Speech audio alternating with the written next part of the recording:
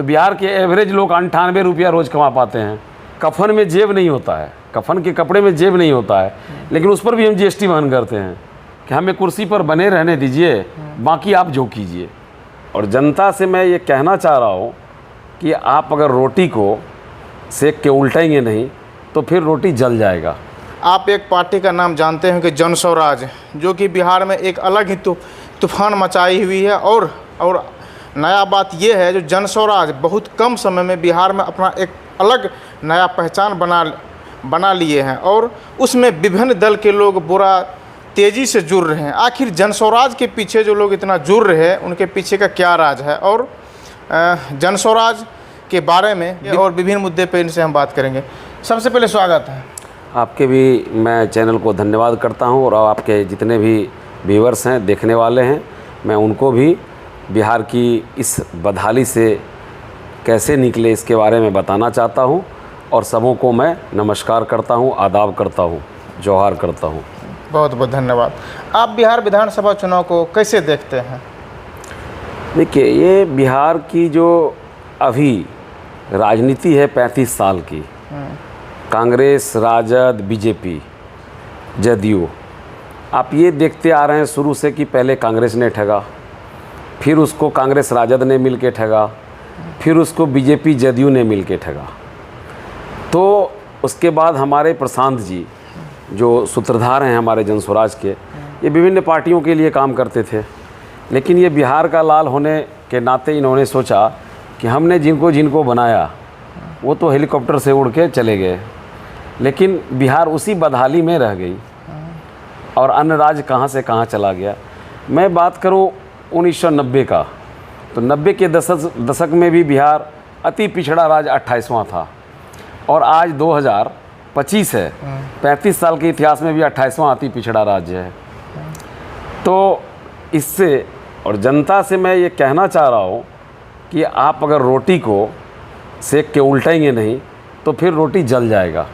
तो बिहार की स्थिति वही हुई कि डमरू किधरों से बजाए, नीतीश जी डमरू बजाए तो फिर हमारे राजद आ गए, वहाँ तेजस्वी जी आ गए, फिर डमरू बजाए तो फूल छाप आ गया। तो जनता बिल्कुल कन्फ्यूज थी।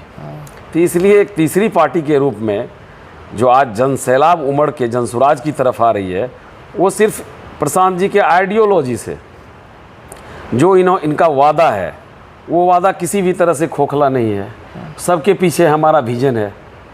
तो इस तरह से जन स्वराज आगे आ रही है। आप ये देखिए, प्रशांत जी अकेला कारवां लेके चले थे, आज हज़ारों की भीड़ प्रशांत जी की कारवां के साथ चल रहा है। तो कुछ न कुछ तो लोग देख रहा है, महसूस कर रहा है। और हमारा जो सरकार यदि हमें आती है तो मैं 5 चीज़ जो बोला है वो पाँचों चीज़ की हमारे पास आइडियोलॉजी है। दूसरी बात, बिहार के साथ हर वक्त सौतेला व्यवहार हुआ। आप ये देखिए, आज बिहार में पैसेंजर ट्रेन, आज भी लोग यहाँ से पलायन करते हैं, जो बड़ी मुद्दा है पलायन का। आखिर ये पलायन क्यों करते हैं? पलायन के पीछे कारण है, बिहारी इतने मेहनती हैं कि ये जाते हैं और इनको वहाँ फैक्ट्री में, अन्य फैक्ट्रियों में खटाया जाता है।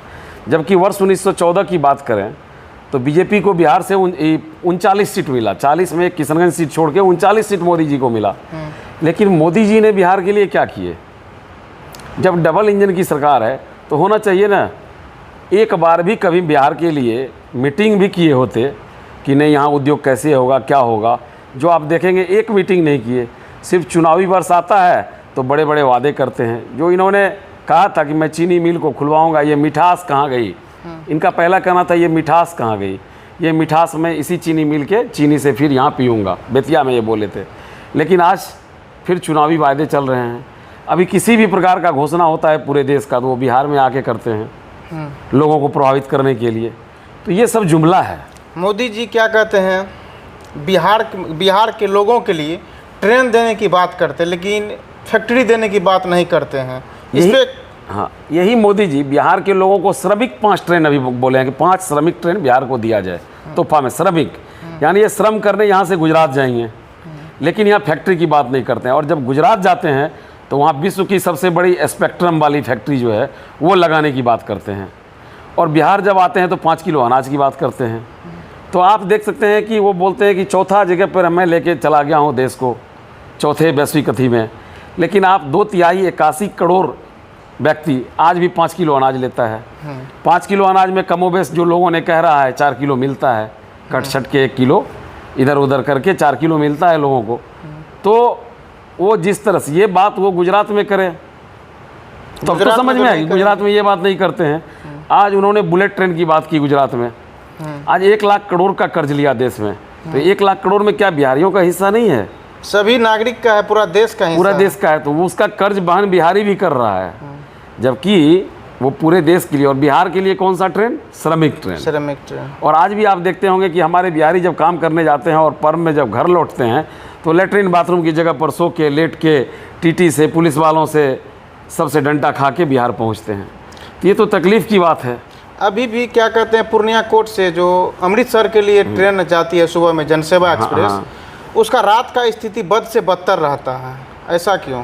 तो इसलिए कि यहाँ पे हमारे जितने नेता हुए वो सभी कभी आवाज़ को बुलंद नहीं कर पाया कि मैं क्या करूँ। जो नेतृत्व होनी चाहिए शीर्ष नेतृत्व में, जैसे हमारे आज माननीय मुख्यमंत्री नीतीश जी के चलते भारत की सरकार चल रही है। तो आज हमारे अगर मुख्यमंत्री चाहते कि बिहार में अन्य तरह का उद्योग दीजिए, ज़िले में 2 उद्योग दीजिए, ब्लॉक में 1 उद्योग दीजिए, तो निश्चित लग जाता। लेकिन उन्होंने क्या बोला कि हमें कुर्सी पर बने रहने दीजिए, बाकी आप जो कीजिए। तो वो अपना केंद्र की काम कर रहे हैं और ये कुर्सी पे बने हुए हैं। आज भी मैं पूछना चाहता हूँ, वो कहते हैं कि नीतीश जी के नेतृत्व में चुनाव होगी। हमारे सूत्रधार कहते हैं कि मानसिक रूप से वो थक चुके हैं। थक चुके हैं तो इसकी एक सर्टिफिकेट जांच हो जाए कि थके हैं या नहीं हैं। या आप मीडिया के बंधु आप हैं, आप देखिए मीडिया में कंप्लीट किसी मीडिया से वो 10 मिनट अभी 1 साल से कोई बात तक नहीं किए हैं माननीय मुख्यमंत्री जी।